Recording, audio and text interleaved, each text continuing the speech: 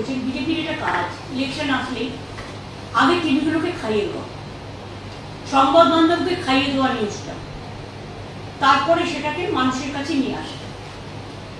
ইতিমধ্যে সংবাদ চ্যানেলগুলো দেখাতে শুরু করেছে যে আজ রাতের মধ্যেই নাকি ক্যাব হয়ে যাবে। আমার কথা হচ্ছে 20 সালে ক্যাব আইনটা পাস হয়েছিল, তারপরে বারবার এক্সটেনশন করে আজকে 4 বছর লেগে গেল। নির্বাচনের সময় 2 দিন মাত্র বাকি, নির্বাচনে মাত্র 2-3 দিন, তখনই এটা করার প্রয়োজন পড়ল। তার কারণ এটা একটা রাজনৈতিক পরিকল্পনা। আমরা অপেক্ষা করছিলাম ক্যাব আইনটা অ্যাকচুয়াল কি করেছে। 2 হচ্ছে এখনো পর্যন্ত নোটিফিকেশনটা আমরা পাইনি, নোটিফিকেশনটা কি আছে। 3 হচ্ছে যে রুলসটা করেছে সেই রুলসটা কি বলা আছে। আমি প্রথমেই আপনাদের জানিয়ে রাখি, পুরোটা রিপোর্ট দেখার পর, কাগজ হাতে পাওয়ার পর ডিটেলসটা আমি কালকে হাবড়ার মিটিং থেকে বলবো। আজকে আমি যেটুকু বলতে চাই, যদি কোনো বৈষম্য হয় সেই জিনিস আমরা মানি না। ধর্ম বৈষম্য হোক, বর্ণ বৈষম্য হোক, লিঙ্গ বৈষম্য হোক, মানব জাতির বৈষম্য হোক, এটা আমরা মানি না। 2, আমি মনে করি যে আজকে যাদের বলা হচ্ছে ছেলের হাতের মুয়া, হয়তো একটা বড় জোর ওই 2 দিনে কাউকে তো দিতে পারবে না, জাস্ট শো অফ, জাস্ট একটা ছেলের হাতের মুয়া, লালিপপ, বলবে আপনারা পোর্টালে নাম লিখুন, এরকম কিছু একটা করবে। তা পোর্টালে তো সব ধর্মের লোকেরাই নাম লেখাবে, কিন্তু সেই নাম আদৌ কার্যকরী হবে। আর যদি আজকে ক্যাব করে বলে আপনি নাগরিক, তার মানে কি এতদিন তারা নাগরিক ছিল না? সেই জন্যই কি মতুয়া ভাই বোনদের এবং নমশূদ্রদের আধার কার্ড বাতিল করার চক্রান্ত হয়েছিল? কেন তাদের আধার কার্ড বাতিল করা হচ্ছিল? তার মানে নতুন কিছু করবে, পুরনোটার কোনো গুরুত্ব থাকবে না। আমাদের থিওরি হচ্ছে, আমরা সবসময় বলি আমরা সবাই নাগরিক। আজকে কেউ চাকরি বাকরি করছে, কেউ স্কুলে পড়াশোনা করছে, কেউ জমি জমা কিনে সেখানে দীর্ঘদিন ধরে বসতি তৈরি করেছে, তার মানে সেগুলো কি ভ্যালিড নয়? আইনত কোশ্চেন হবে না তো যে তার মানে আগে যে সুযোগগুলো তারা পেতেন সেটা সব অবৈধ হয়ে যাবে, সেগুলো বৈধ হবে না। একমাত্র ক্যাব বৈধ যদি হয়, তাহলে এতদিন ধরে মানুষ যে সুযোগ পেয়ে আসছিল, তাদের ভোটেই তো প্রধানমন্ত্রী নির্বাচিত হয়েছে, তাদের ভোটেই তো চিফ মিনিস্টার নির্বাচিত হয়েছে, তাদের ভোটেই তো গ্রাম সভা হয়েছে, পঞ্চায়েত সমিতি হয়েছে, জেলা পরিষদ হয়েছে, কর্পোরেশন হয়েছে। তাহলে সেই ভোটের কোনো মূল্য নেই, সেই নাগরিকত্বের কোনো মূল্য নেই। নাগরিকত্ব ভোটের আগে নতুন করে চিন্তা করতে হচ্ছে। এবং আমি ডিটেলসটা দেখার পরে কালকে নিশ্চয়ই আপনাদের কাছে বলবো, কিন্তু আমার মনে হচ্ছে যে যদি ক্যাব দেখিয়ে এনআরসি নিয়ে এসে কারো যারা এখানকার নাগরিক তাদের নাগরিকত্ব ক্যান্সেল করা হয়, তাহলে কিন্তু আমরা কেউ চুপ থাকবো না, আমরা স্ট্রংলি এটা প্রতিবাদ করব। আমরা আগে জানিয়ে গেলাম। 2 হচ্ছে নো এনআরসি, এনআরসি তো আমরা মানতেই পারি না। আর ক্যাব নাম করেও কাউকে ডিটেনশন ক্যাম্পে রেখে দেবে, এই চালাকিও আমরা করতে দেবো না। ভোট আজকে আছে, কাল পুড়িয়ে যাবে, আর 2 দিনে কেউ নাগরিকত্ব পাবেও না। এটা লোক দেখানো, জাস্ট প্রতারণা, মানুষের সাথে ছলনা। এতে যদি কেউ খুশি হয় আমি খুশি হব, কিন্তু এতে যদি কেউ দুঃখী হয় আমি দুঃখ পাবো। কাজে আমি অপেক্ষা করছি টোটাল আইনটা দেখবার জন্য। এবং আমি এখনো মনে করি আমাদের এখানে যারা আছেন সারা ভারতবর্ষে, যারা ভারতবর্ষে বসবাস করেন, বাংলায় বসবাস করেন, তারা প্রত্যেকে নাগরিক।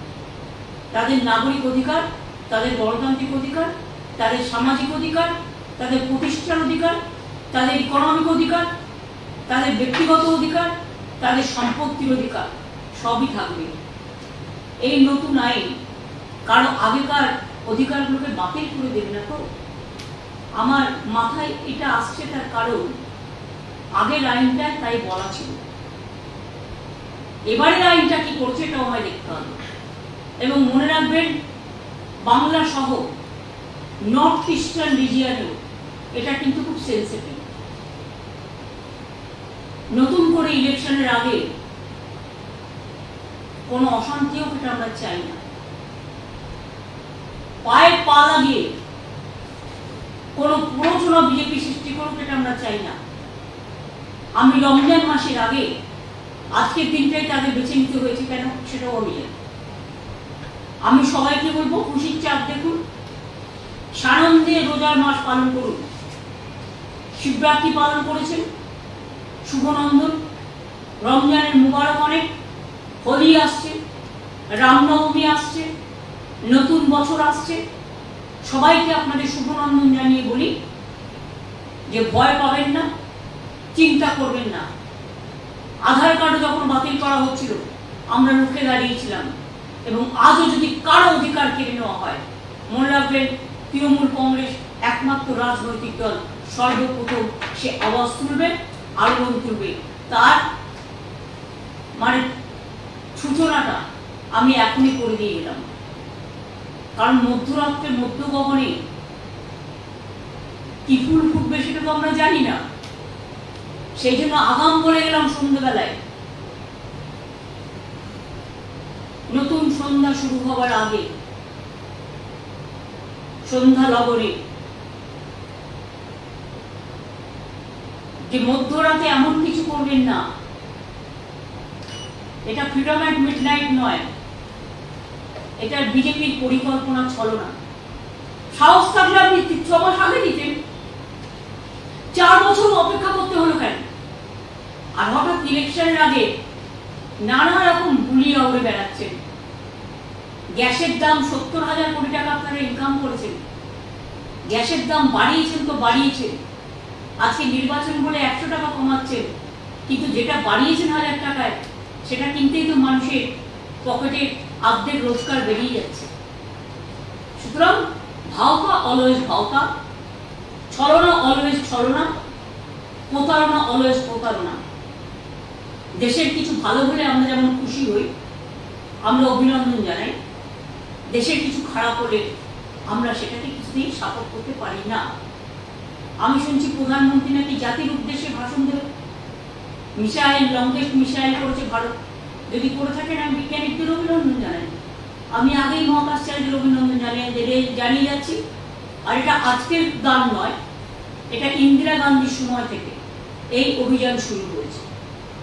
প্রায় 30-40 বছর ধরে বৈজ্ঞানিকরা এই কাজ করছেন। সুতরাং তাদের সাফল্য আমাদের সাফল্য, তাদের আমি অভিনন্দন জানাচ্ছি। কিন্তু কে নিয়ে কি করবে আমার ডাউট আছে। আমি সবাইকে বলবো চিন্তা করবেন না, ভয় পাবেন না। কোনো মানুষকে বঞ্চিত হতে আমরা দেব না, এনআরসি করতে দেব না। এনআরসি ক্যাকে নিয়ে ঝুলিয়ে পকেটে একটা কাক মেরে অন্য কাককে ভয় দেখানো,